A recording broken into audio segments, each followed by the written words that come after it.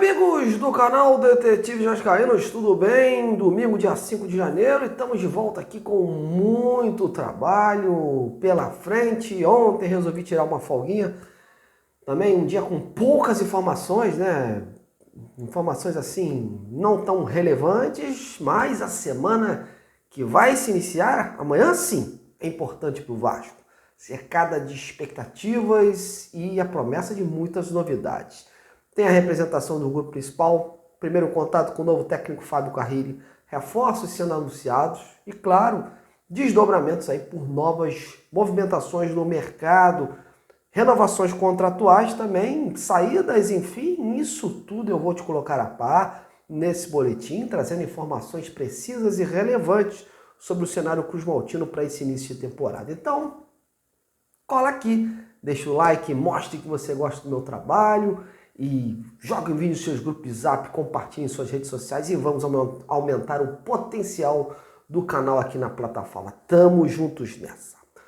Bom, e o Vasco tem no seu grupo principal uma apresentação marcada, né, para amanhã, meus amigos. Segunda-feira inicia a pré-temporada vascaína, em que pese já haver aí um grupo de jogadores treinando, visando aí as primeiras rodadas do Cariocão, que começam aí no próximo sábado. Ontem, só para não passar despercebido, rolou um jogo-treino, né, com esse grupo de jogadores lá no CT Moacir Barbosa, que se prepara para o Carioca, e o resultado não foi dos melhores. Uma derrota por 3-0 para o Volta Redonda, num futebol muito ruim, praticado pelos comandados do técnico do Sub-20, o Ramon Lima. Quem acompanhou de perto foi o técnico Fábio Carrilli, que já colocou a mão na massa para se debruçar aí numa análise dos garotos e de outras peças aí que acabaram de voltar de um empréstimo.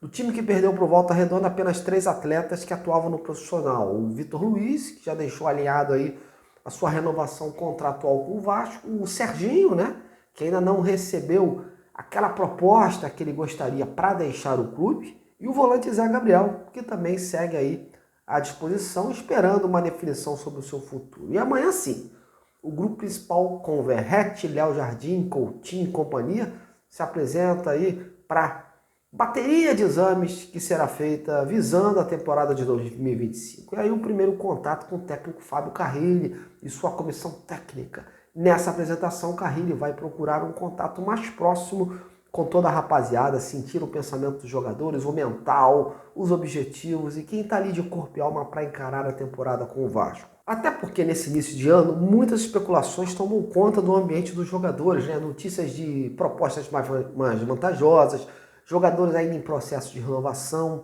informações de interesse em A e B. Então o Carrilli vai sentir o ambiente, vai sentir de perto os jogadores, vai se apresentar a eles e, claro, esse primeiro contato é cercado de expectativas tanto pela comissão técnica como pelo departamento de futebol. Aliás, a gente falou aqui de processo de renovações, notícias que vêm saindo aí sobre possíveis saídas de A ou B e vem pipocando na mídia há bastante tempo.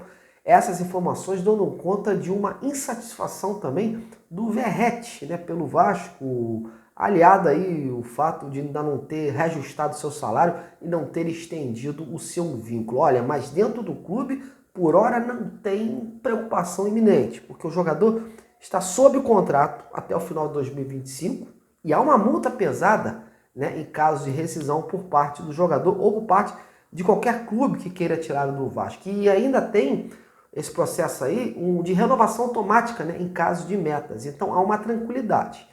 Há conversas em andamento com o staff do jogador, claro, que vem recebendo muitas consultas, ofertas do exterior, mas a prioridade é o Vasco. Inclusive, no meu último contato com o empresário do jogador, ele tinha deixado isso claro, que clubes o procuraram perguntando sobre o Verratti, mas que a prioridade era o Vasco, até pelo carinho que o Verratti tem com o clube. Mas fato é que essas conversas ainda não tiveram desfecho. Não se sabe o que rola por aí, né? Seria uma espécie de pressão do staff na tentativa do Vasco ficar mais ligado e resolver isso logo. Mas fato é que ainda não temos um posicionamento quanto a isso. Hoje, mais uma vez, eu busquei o empresário do Verratti e fiz esses questionamentos, perguntando como estavam as conversas com o Vasco, visando aí um reajuste salarial e uma extensão de contrato, já que havia aí muitas notícias saindo sobre uma possível queixa do jogador contra a diretoria. Mas O seu agente, o Hernan Bernardello, leu a minha mensagem e não me respondeu. Preferiu optar pelo silêncio e com isso perdendo até a oportunidade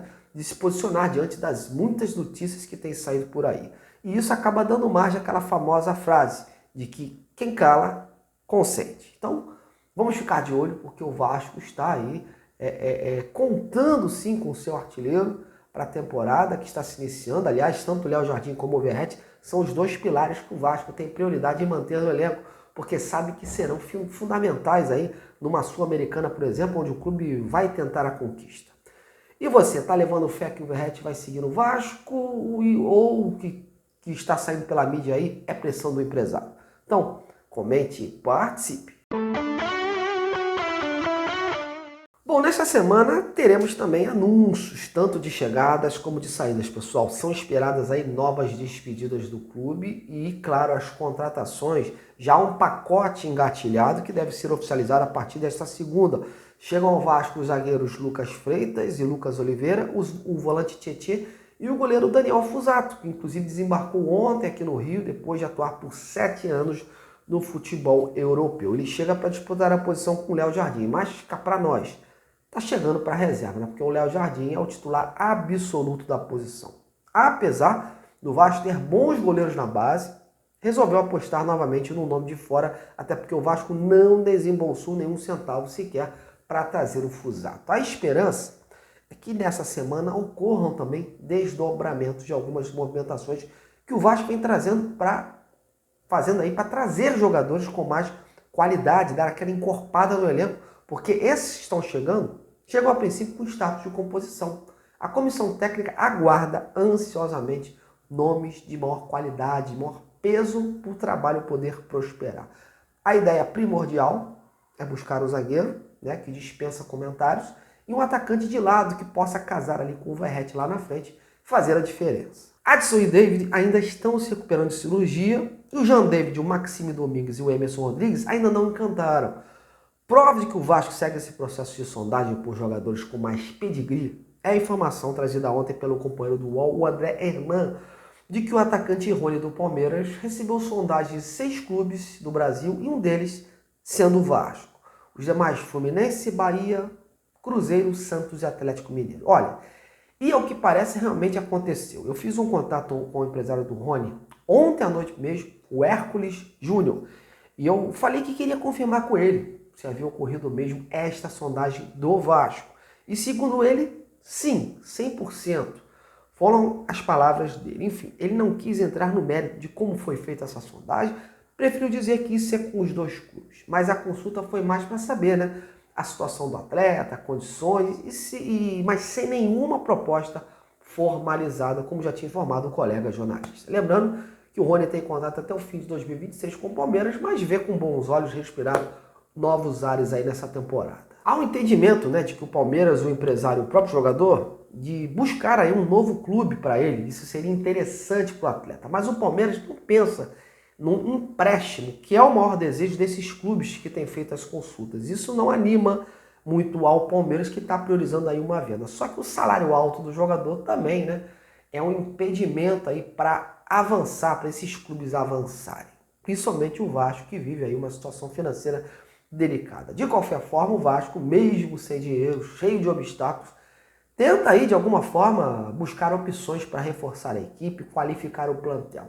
Sabe que o plantel ainda é fraco, que os novos jogadores contratados não vão mudar muito o patamar da equipe neste primeiro momento. Precisa de peças significativas e que encorpem o grupo.